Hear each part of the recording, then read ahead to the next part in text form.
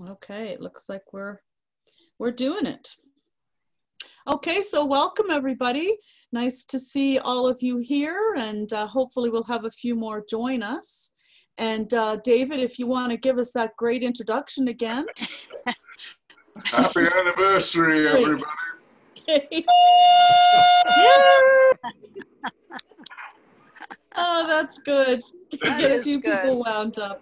Well, I think most of us know each other, but Graham is here from Edmonton and he won't know all of us. So maybe if you could just go around and quickly say who you are and where you're at. Start with you, Kitty. We know where you're at, but yeah.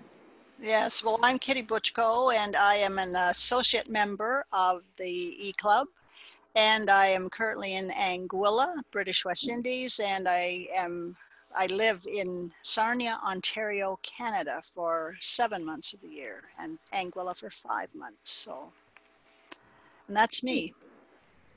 Okay, Vicky. I'm Vicky Horsfield. I live in Guatemala 95% of the year, and run a charitable organization here that's coming up to 6 years of existence. And I've been a member of the Rotary E-Club of Canada 1 for 4 years, I think. Great. Jim? Jim Kenyon from Whitehorse, where it went from -38 last night to -5. We're in a heat wave. Wow.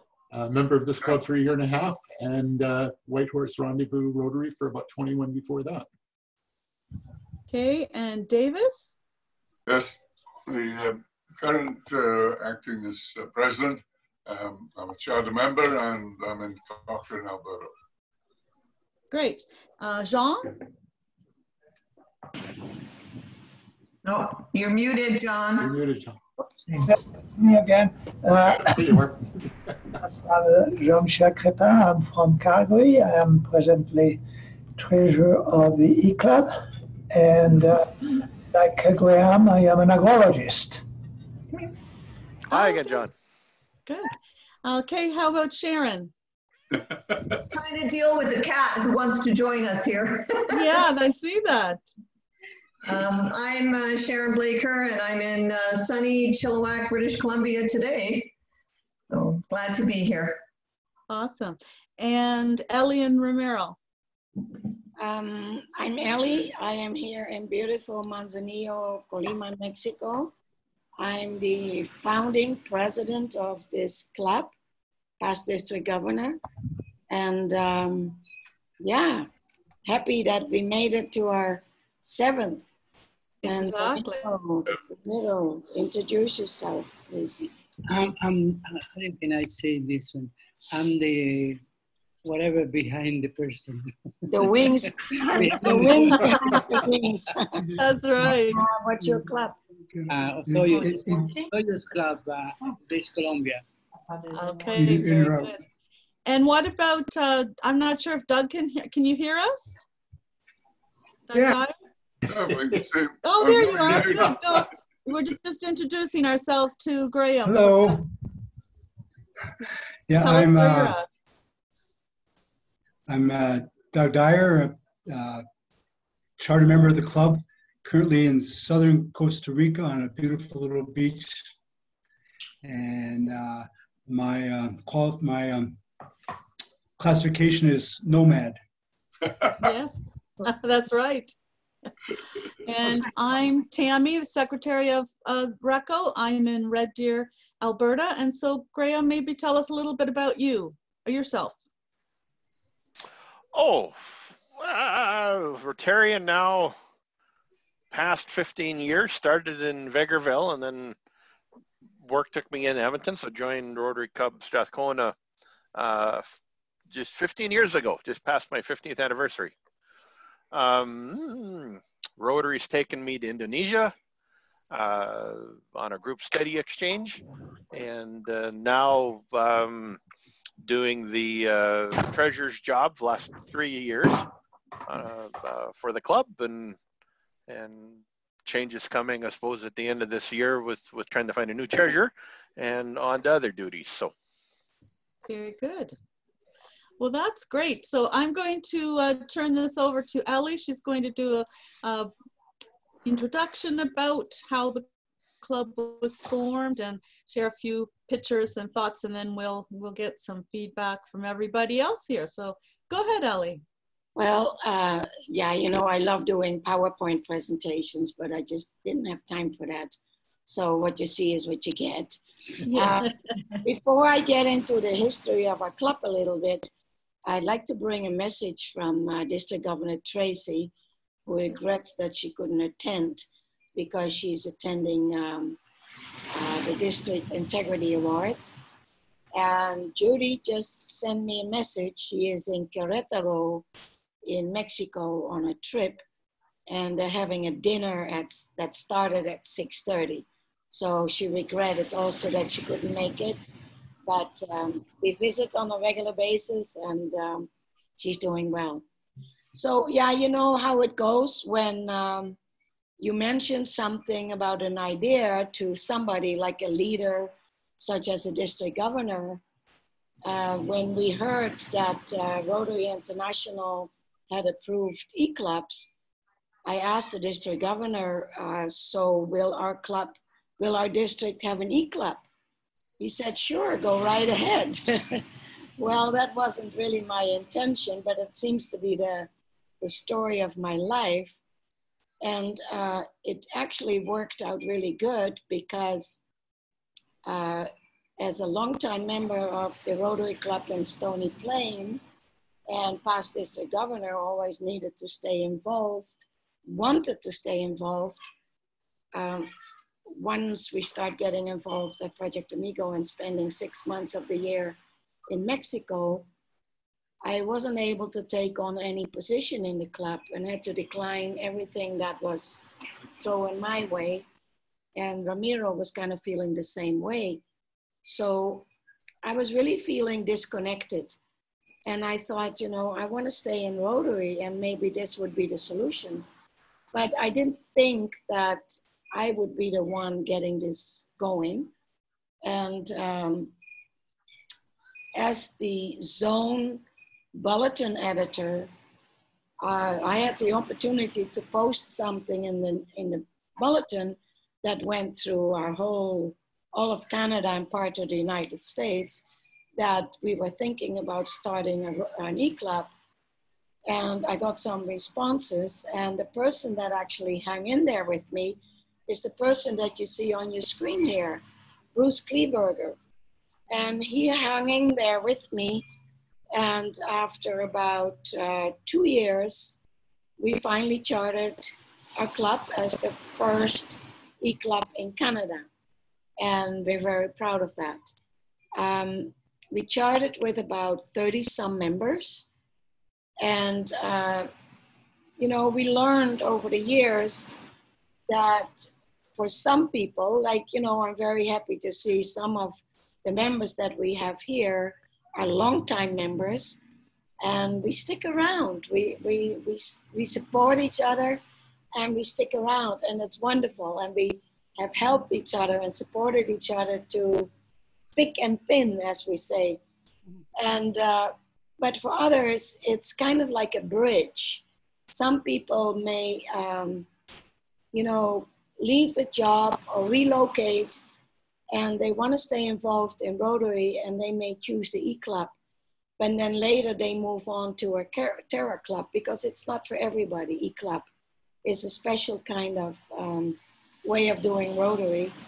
And it seems to work for us, for Tammy, and for David, and for Jim, and Jean-Michel, and Sharon, and all the others that have stayed with us.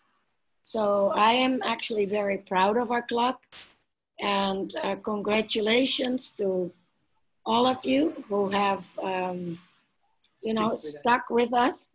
And of course, we're very proud of the fact that we have the very first district governor as a member of our club, and that will be the very first district governor serving Rotary International from an e-club.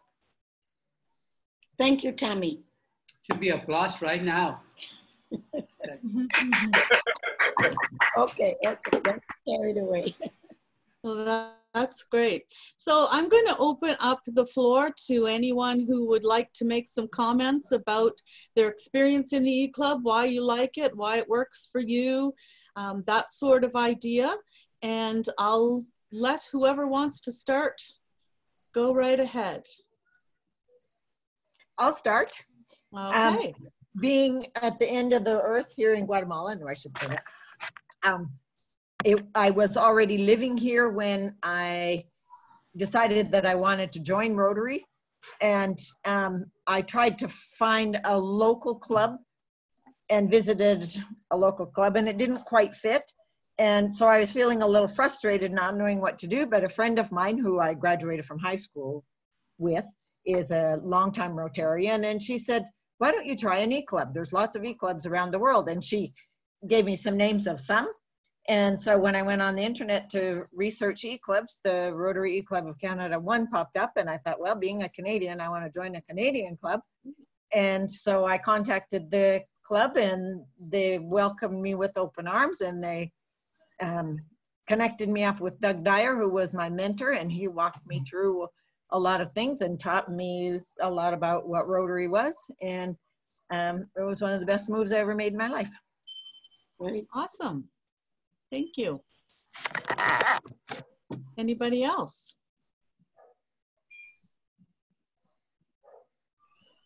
I'm still trying to figure out how I moved from a Tuesday 7 in the morning club to a club that meets Thursday mornings at 7. I wasn't thinking that one through. No. But you don't have to leave home, Jim. No, on the other hand, I don't. And I've got a wonderful sleep assist bulldog that keeps the bed warm. So that's worked out. You can join in your pajamas. Yeah, I haven't gotten quite that far yet. But. Yeah. And we're not at the ends of the earth, Vicki, but you can see it from here. I don't know. From my perspective, you're at the end of the earth. I think so. How about you, Jean? You look like you want to say something. Well, I would like to say just a little thing here, that I think this year's trip to Guatemala and visiting Vicky will probably remain as my best Rotary experience. Be able to do with E-Club on Zoom meeting, being on the steps of the school, and be able to talk to members of the club. That was fantastic. And then I was on the roof of some building, and then also was able, because of Zoom, to connect to everybody. So this, to me, it was a great experience. And seeing Vicky in her environment, helping building shelves and building a house, and so much so that we're going to go back there tomorrow night. And try, I asked Vicky, find a project for us, and then we'll be surely back. Great. It was a really great trip. Great. That's wonderful to hear. Wonderful. Just to reflect on that, you know, one of the comments that we make often in our E-Club is that we don't really have that physical face-to-face connection that Terra clubs have. But it's interesting that, you know, we all know each other and we've been online and we see each other, so you feel like you've known somebody for a long time. And then when you actually do see them face to face, it's like, oh, this is new, but it's not really new. And so it's like, yeah. I realize that's why online dating takes off. Yeah. Is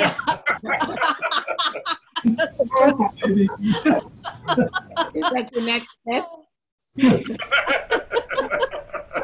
Maybe we should start that as an offshoot. We might get a lot of attendance. There you go. We could do it as a fundraiser. Yes, exactly. We could. That's fabulous. I don't know how that details, but yeah, exactly. You know, I've attended meetings all over the place in makeups, but I have to admit, Guatemala was the first time that we had a Rotary luncheon at a casket factory. That's oh my goodness. Oh yeah, right. Yeah, I don't know if you call it a factory, but hardly a factory, but it qualified. Yeah. Yes, yeah. absolutely. Somebody sanding a casket in in while we're eating. Yeah. Well, you know, shopping isn't such a bad idea. No, exactly. How about you, Kitty? You must have something for us. What attracted you to the E-Club? What attracted me to the E-Club? Yeah. I think I joined the Thursday morning web chats and got to know people, and people got to know me, and I found them very, very lovely ways to start a Thursday morning. And I know that I was attending, actually I was attending the fellowship things as well, which is what this is, I guess. And I know that there was a sort of a question go out that what are we going to do with Jim, who was doing the weekly meetings, when he's going to be district governor? And there was a need, and I thought I had the skills to be able to help, so here I am. And I feel very much a part of this e-club. It's a very nice, warm club. And I particularly like the Thursday morning chats because we laugh and we laugh and we laugh. And anybody who attends the Thursday morning will understand that. It's so much fun. But we need more women on that chat, because when it's men only, it's it's what, Ellie? if I'm the only one there, if Kitty is not there, I feel very insecure. I don't know, insecure is what Ramiro said. Oh no, you shouldn't. No, I mean, and I just feel that's the nice thing. I feel part of the group, very much a part of the group. So, and excuse me. Yeah, so you are entertaining, Kitty. You are very entertaining. We see all kinds of women on the beach when you show up. Yes, right. That's what I was going to say. There's lots of women there. They just don't know they're there. Yeah. That's right. Yeah. Yeah. How about you, Doug, as a charter member? What would you like to share with us? You're muted. He's muted. As a charter member, thank you very much. But as a charter member, I just kind of like to reiterate what Ellie was saying earlier about hanging in through the thick and thin and supporting each other, and the people that are still in this club have done a great job of that. And for me, it's a wonderful club because everybody knows my lifestyle, and I'm able to connect in at least a little way wherever I am in the world. So it's a wonderful thing, and I'm also very, very proud of our club and the achievements that we've accomplished, and the nice people that I've met. So thank you very much. Great. And Sharon, what attracted you to the E-Club? What do you love about our club? Well, the people, of course, and enjoy the people. For me, it was more of a personal reason. I needed to have some flexibility in my life, and I found the opportunity to do the meetings when it suited me was great. And yeah, that was what attracted me. But of course, that's not what's keeping me here. The fellowship, I'd like to be able to join the Thursday morning too, but it just doesn't work for me. Maybe down the road it might. Yeah.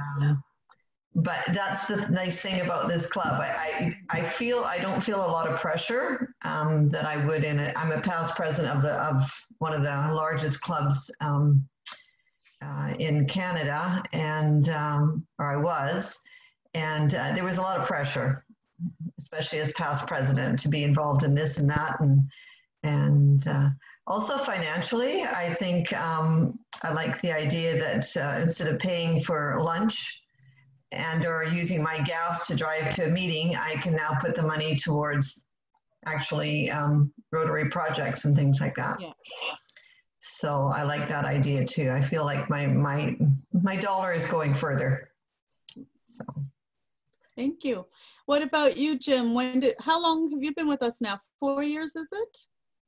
Me? No, only about a year and a half. Oh, year and a half. Okay, I was thinking you were I'm still a relative newbie.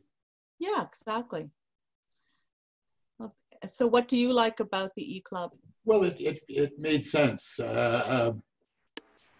Unfortunately, the district that I was in before was getting a little bit out of hand. And I wanted to stay involved in Rotary, and somebody said something about an e-club, and it made sense. And it's interesting when you look at, I'm just sitting here making lists of people that have come in at this meeting and others. And who was the fellow a couple months ago that came in from a tent in Iraq? That was priceless. Yeah, that was neat. You know, Yes, that shows you the power of what an e-club can do. Yeah, exactly. David, anything you'd like to share?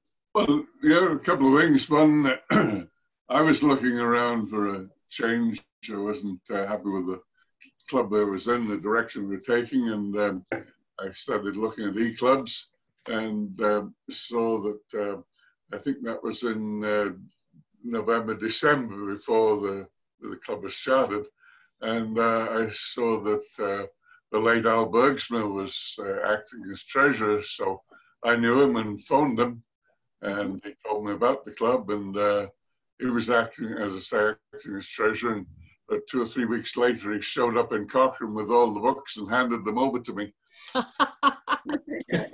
That's awesome.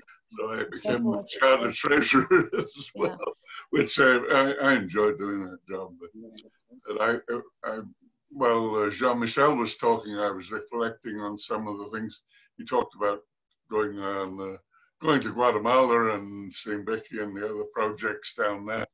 And I thought about the overseas project that I went on. The club in Cochrane, we started doing some small projects through the district, and then they suggested we get our own designation and could collect money from the Wild Rose Foundation in Alberta that was available then and things.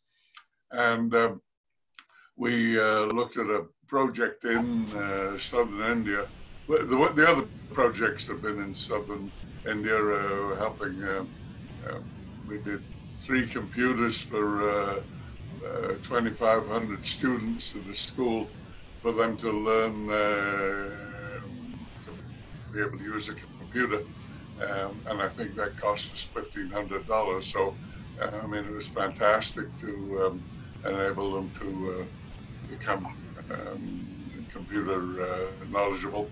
But I actually went there on a Carl P. Miller Discovery Grant, but I don't think it's available any longer. But you could request money from RI to go on the Discovery and check out a project. And we ended up doing a project for water and sanitation on an offshore island in the Arabian Sea, about 20 kilometers off Cochin. It was an $80,000 project, and I really, and visiting the 6 clubs in that area, and yeah, I mean, there's some scary moments. I got off the plane, and about 3 hours later went to a Rotary Club meeting, and the president said, "Would I stand up and sing the national anthem?" Even not having trouble for 24 hours, I'd have trouble doing that.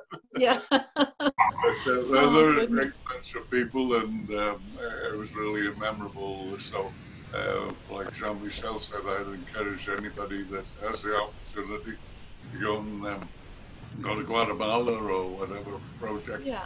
And that's, I think that's the other side of Rotary, that you know, for a while I was in membership, and I would say to a prospective member, well, you know, if you can think there's something you can do in a project, you can do, sell the rest of the club on it and grab it and go. That's right. Yeah. And David, you don't mention that your fellowship with your caravaning club. Well, yeah. You did a lot with those people too, right? Yeah. Well, when we retired, we joined the International Caravanning Fellowship of Rotarians, which is primarily a British operation, although there's some members in Holland and France, and quite a lot in New Zealand. And Sharon and I retired. We went to Britain and bought a caravan, holiday trailer, and a tow vehicle, and toured for 3 summers consecutively for about 5 months each. But the first summer we went to Barcelona to the Rotary Convention along with this group, and with them, and then we did some other rallies in Europe, and then in a weak moment, and Sharon says it was after too many single malts at one of the rallies, I suggested that we maybe organise one in Western Canada, which was initially 3 weeks, then 4 weeks, then 5 weeks. So 21 of them we organised rental units in Calgary, and 21 couples came to Calgary, and the end of August in 1996, and we traveled around in southern Alberta, and eventually ended right out in Tofino and West Coast, and winery tour in the Okanagan and some other things, and it was a terrific experience. And then we've done one since. We were in South Africa with the group as well, 3 weeks there. Great. Wow. And I promote fellowships. I mean, you look at them, there's lots of different fellowships. Join one of those, and wherever you happen to might be going, if you're a golfer, look on the list of where the golfers are and drop by and give them a call and go golfing with them, or whatever it might be. The fellowships, when you mentioned that, David, we had a meeting here with sort of one of the final meetings with 5010 at a local restaurant, and somebody mentioned fellowships, and immediately 4 guys at the table next to us turned around and said, "Oh my God, you're Rotarians." And so we're in the motorcycle fellowship. We're just passing through.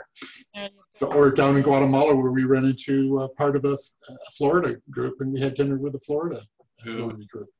Well, my late brother. Well, you know, sorry, go ahead. My late brother was also in the motorcycle fellowship in Britain, and they did money-raising things, driving from Land's End to John O'Groats and other crazy stuff. Well, when you mentioned getting caught with the national anthem, my first Rotary trip over to India, we're out in the middle of the desert in Rajasthan at the farewell dinner, and they announced that each group had to sing their national anthem, which was problematic because there were 2 Canadians, and Francine refuses to sing it in English.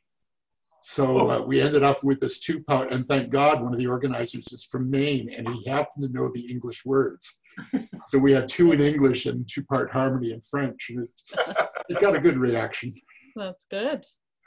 Well, thank you, everyone. That's awesome. You know, I was asked recently if I'd ever done a Rotary Exchange, and we had registered for one at one point and weren't able to go in the end. But I said, we do a Rotary Exchange every week in our group because we've got people from all over the place, and we learn a little bit more each time we meet about ourselves and where we live and how we live, what things go on in our community. So to me, this is like armchair travel every week, not knowing who's doing what. So I think we get that's an extra bonus we get for being E-Club members, don't you think?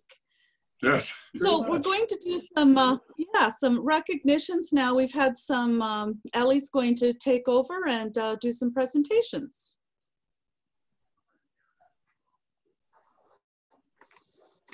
You're still muted there, Ellie. There you go. Nope. There. Okay, what I'm sharing now on the screen, it may not be anything significant, but the meaning of this pin here that you see is actually rather significant, because most of you know the importance of supporting our Rotary Foundation, and Tracy would have loved to talk about that. And Tim, who is our district foundation chair, is traveling somewhere. So none of those are available. So, you know, having a little bit of knowledge about the foundation and what it does, I like to thank those people that have supported the foundation, and also recognize those that over the last several months have received the recognition pin. I think what we should do is discuss with whoever is receiving these pins that we could make this a little bit more of a special presentation rather than just sending it to the person and then just kind of forget about it. So our contributions that go to Rotary International for the various areas like the World Fund or the General Fund or maybe polio, in many cases, in most of the contributions, 50% of the money comes back to our district, and those funds, we can apply for those funds to request a matching grant, which we are doing currently for Project Amigo. We're working on a $100,000 matching grant, and we are now with all the multiple grants that we're getting, we're at 81,500, and it's still growing. So thanks the Rotary Club, our Rotary Club has also contributed to that. So that's why you understand all the projects that we do worldwide and in our district and in our club can only be made possible through contributions to the foundations.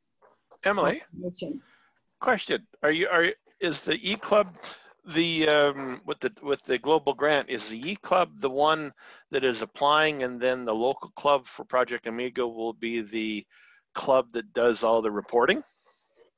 It is actually, we have arranged it in such way that the White Court Club is the sponsoring club, and the club here in Colima is the host club.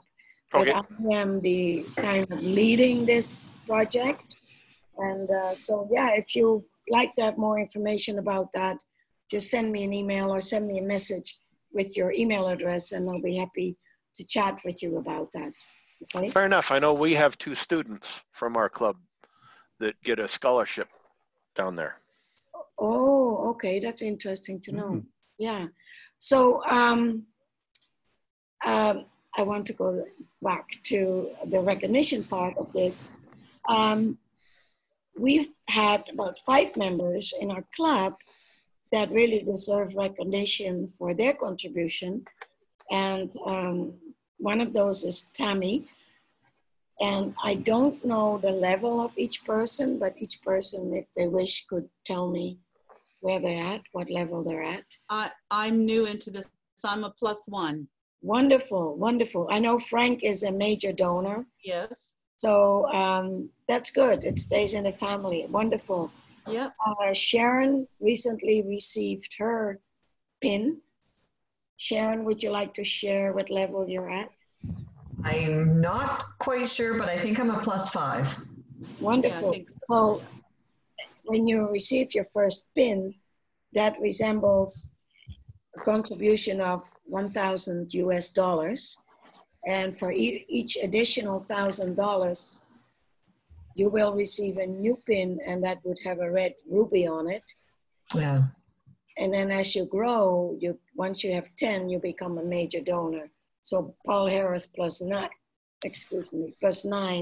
will make you a major donor.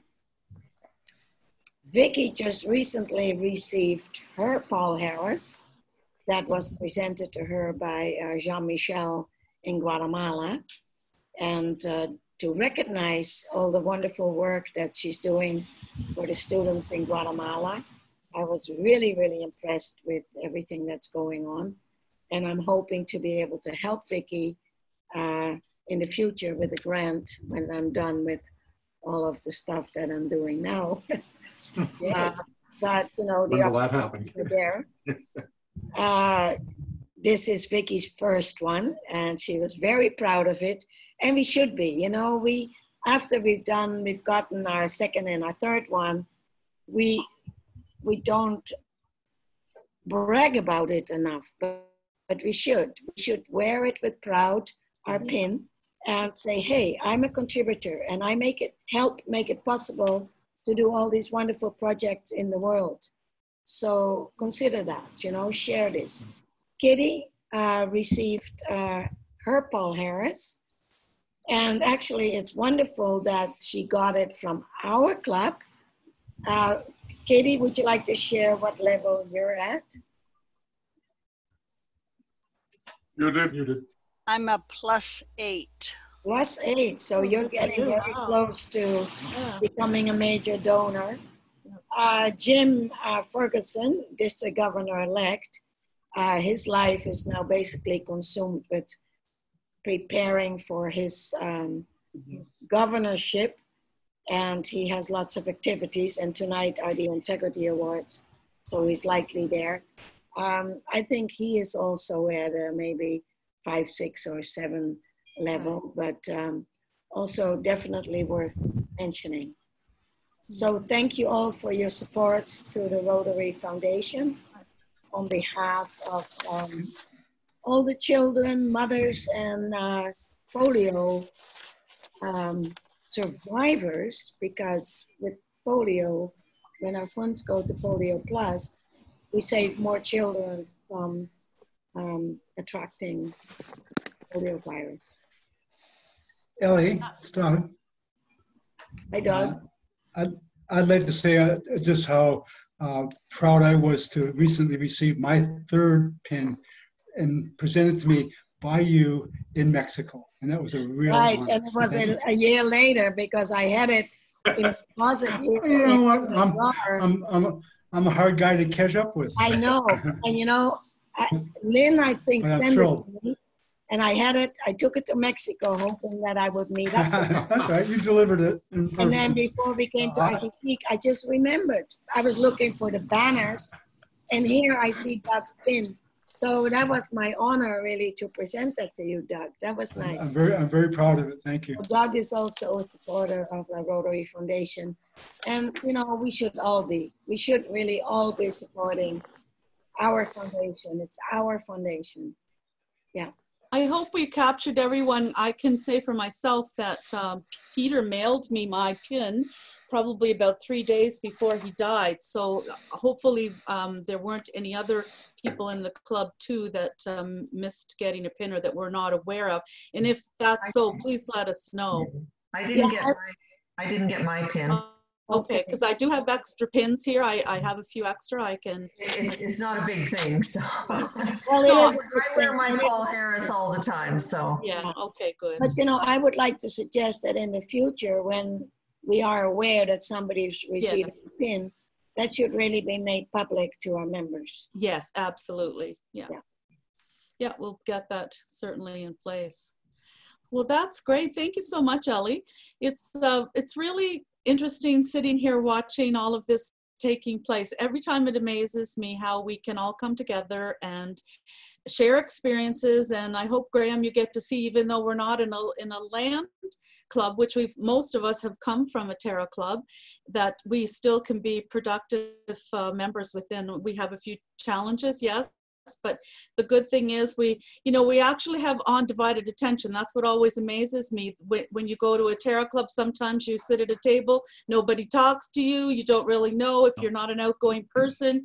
You leave there going, what was that? What was I just at? Like I didn't feel like a Rotarian. But I think these type of meetings, we look at each other, the body language is there, you know, we enjoy each other's company, and I think that's a really nice feeling to have. Even though we're small, we do feel that we're being productive in other ways. We just have different experiences. Not better than a Terra club, just a different experience. I think that's my feeling, anyways, and I hope you. I mean, it could be worse. And Tammy, I went to a district conference when I was in Bandung in Indonesia, and all the Rotary talking heads are at one side of the hall. So the district governor and the assistant district governors are all in their nice chairs, and all 700 people at the conference were at the other end of the hall, could care less what was up on the dais. They were just visiting. Yeah, there you go. Doug, you wanted to say something? Yeah, Tammy, you're talking about being able to look each other face to face, and I particularly like to comment that tonight I can look into your sunglasses and see the reflection of your monitor. I know, I love it.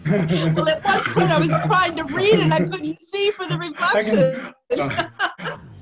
It's feeding back. I can see the green on your eyes. Actually, Doug, coming out of RCMP, which Tammy would appreciate, that's one major reason why members on the road shouldn't be wearing these mirrored glasses. Yeah. When you stop someone, all they're doing is trying to fix their hair in the glasses. That's right. No, well, I think if everybody has something in their hand, maybe we should do, David, how about you call for a toast to the but David was going to talk about DPIL yet. Oh, I'm sorry, David. Sorry. Well, I was, but probably most of the people know quite a bit about the DPIL, the ones that are present, and my partner in crime, Janet, I don't know whether she lost transmission or whether she went off to a bar in Cuba, but I'm wondering whether we do it when she's back in Canada and got better yeah, that's probably connection. Good. And some of the other people that were, I'm thinking it was Judy Brown that had been asking questions about it. And, maybe when she's back, that's okay. Yeah, that sounds good. Good. Yeah. All right. You got a glass there, David? You can start the toast. Well, sure I do. Okay, Mr. President. Yeah. Not for the single moment that I left, but cheers, everybody, and cheers. Ali and all. For another, at least another 7 years. Yes. Yes, it's another 7 years. Oh, bottoms up there, Tammy. Yes, it is. But it's water. Oh, I've heard that before.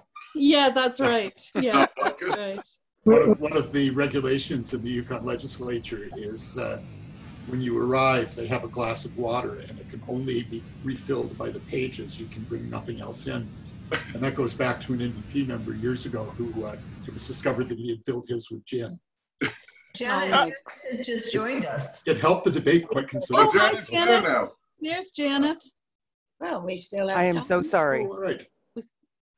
We still have a few minutes. Yeah. Welcome, Janet. Thank you. And I apologize for being late. I got stranded and I just got back and I'm sorry. That's right. Well, you found a good bar to sit in for the evening.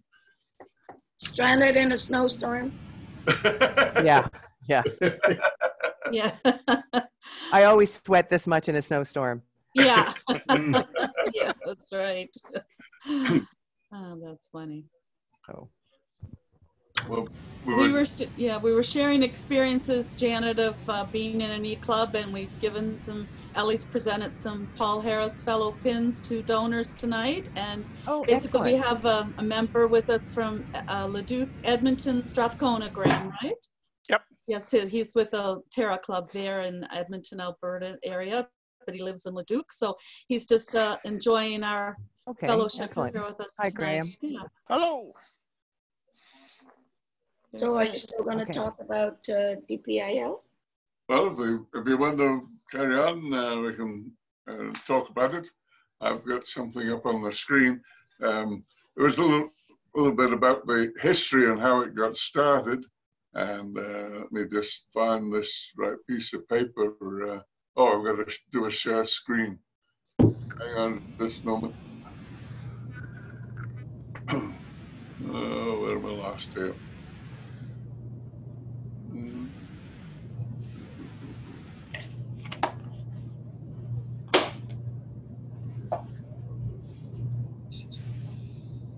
Oh, my glasses.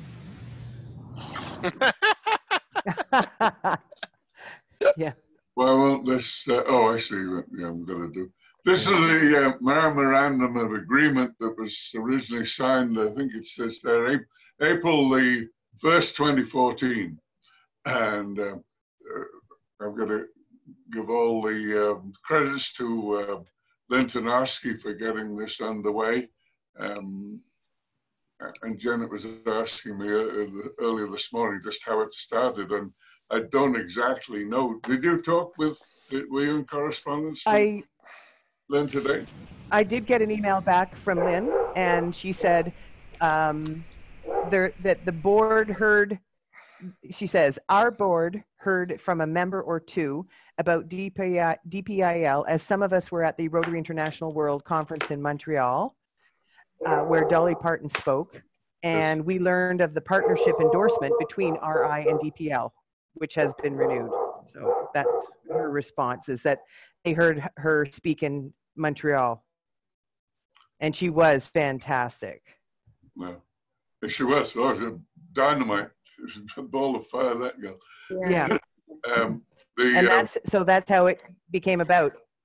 And then the part of the agreement, you need a champion in the communities. And Lynn knew the librarian, Audrey, in Tuktoyaktuk. And so that was the first place that they started with. And those are the other places, the 9 places at that point that were added in total in 2016. Actually, I think we're up to 10 now.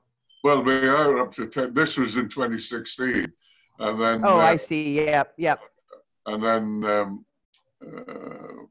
Norman Wells. Norman Wells is added onto that list. Yep.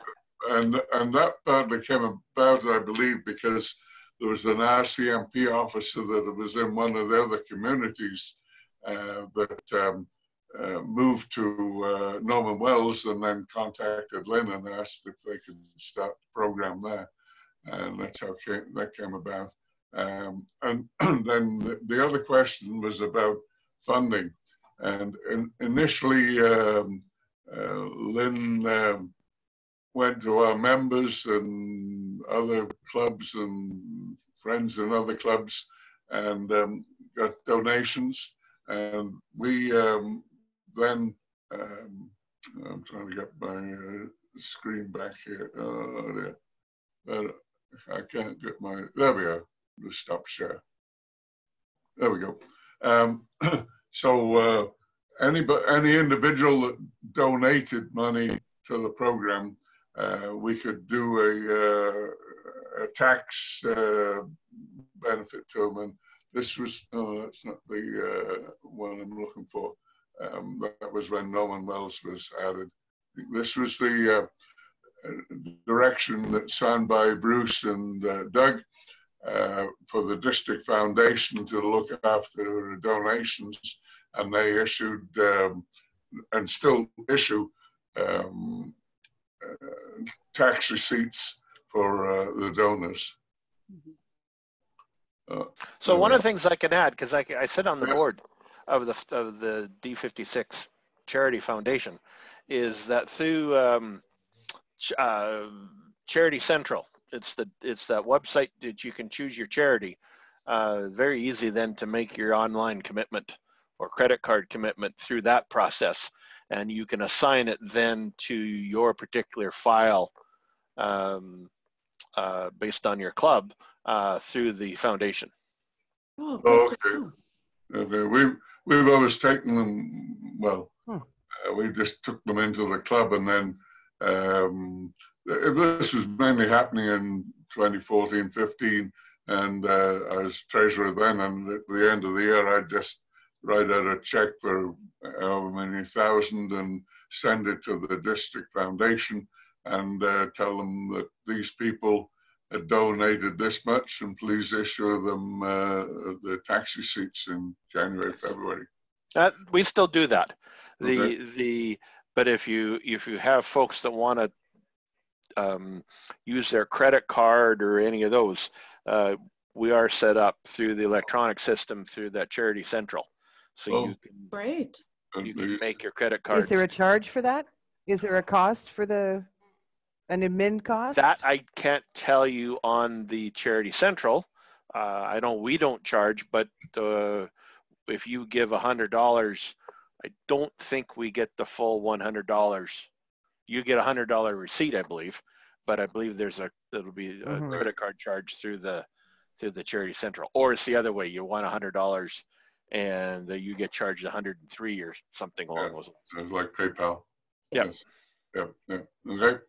So I can't remember the numbers of what we collected by individual donors, and then I can't remember the date, probably around 2016.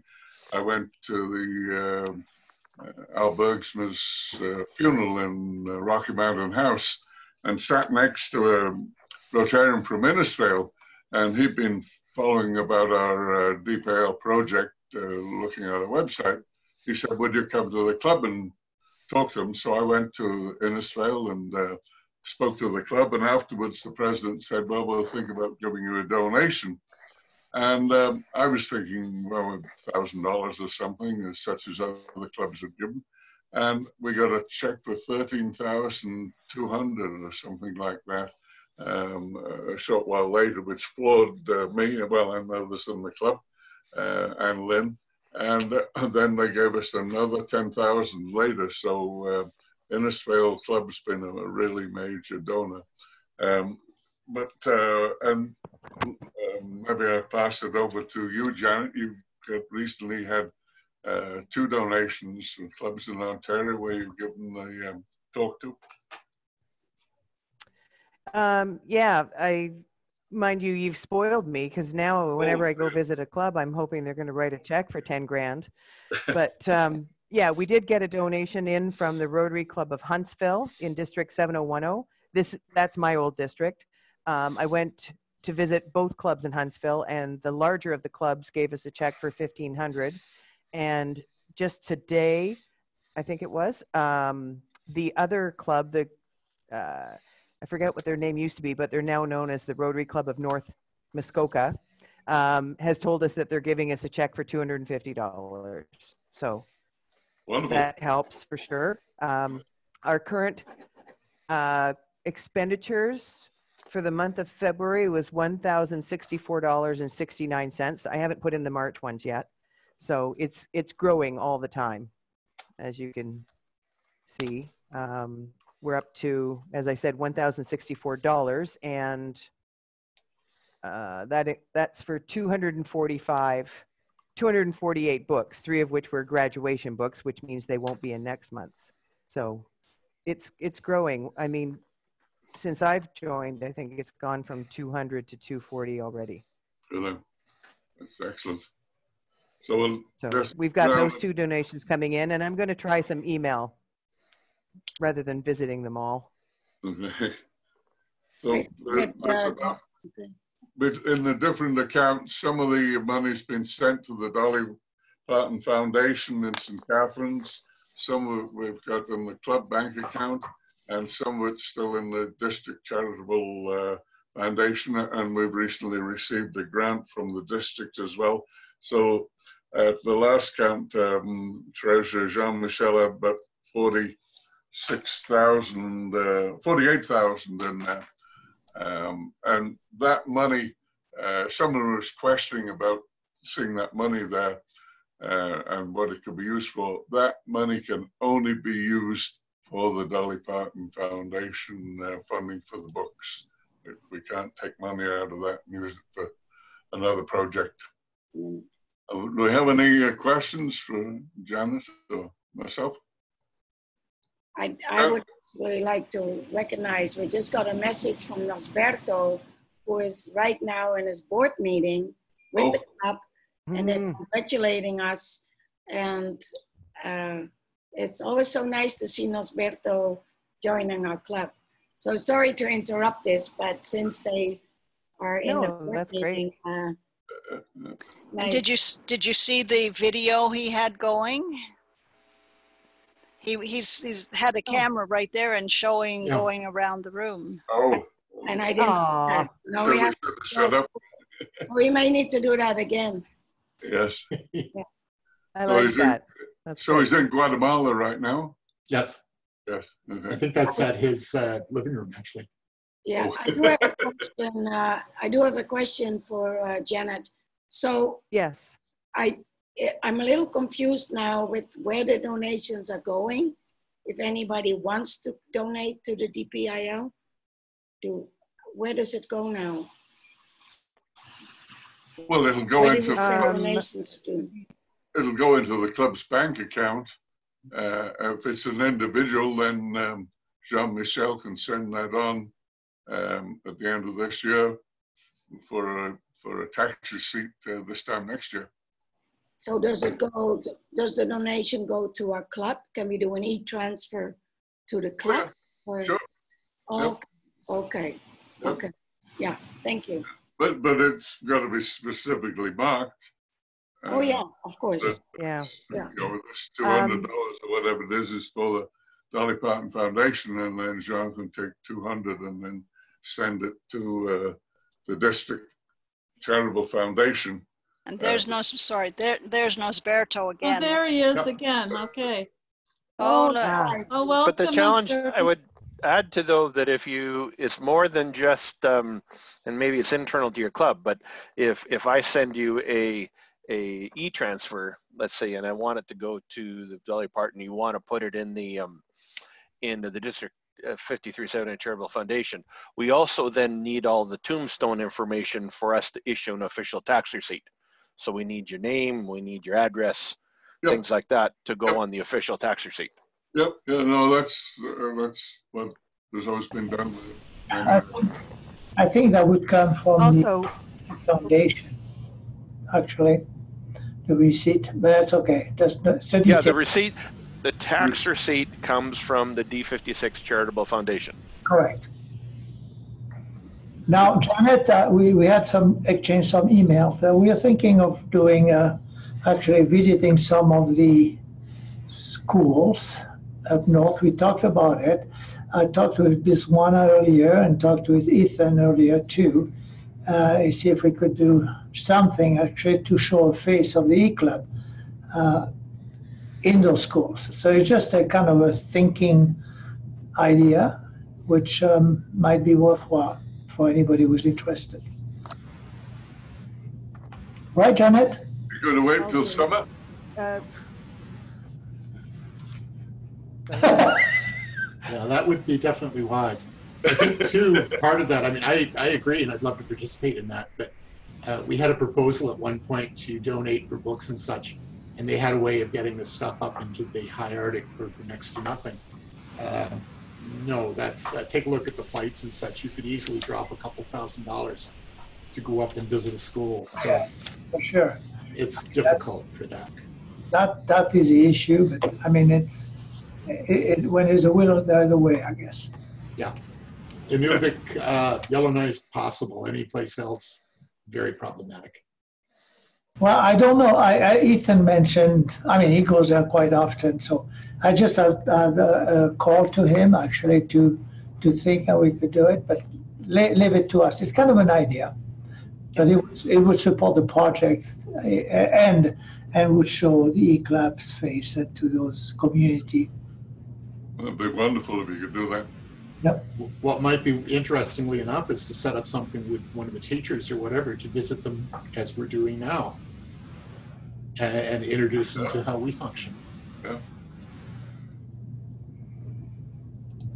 Sounds good. I'm also going to be doing an email campaign to clubs. I'm unable to go visit a lot of clubs physically. But I do think, I know that my old district, 7010, is extremely interested in education and Indigenous projects. So I'm hoping to, well, I'm going to be sending out an email blitz to a lot of the clubs in 7010. And if anybody else has a club that they think that I should approach, please let me know. Wonderful. All right, I think we're coming up a little over our hour now, and I just want to thank everyone for joining in tonight and celebrating 7 years of E-Club, the RECCO group, as we like to call ourselves. David, did you have any closing words? No, my glass is getting low, so I got to go. Oh, oh goodness, we can't stand in the way of that. Yeah. Okay, well, thanks everyone. Thank you. Thank you. Bye-bye. Okay, bye. Bye-bye. Thanks for coming, Graham. Stop recording. Yes, I'm going to stop the recording here now.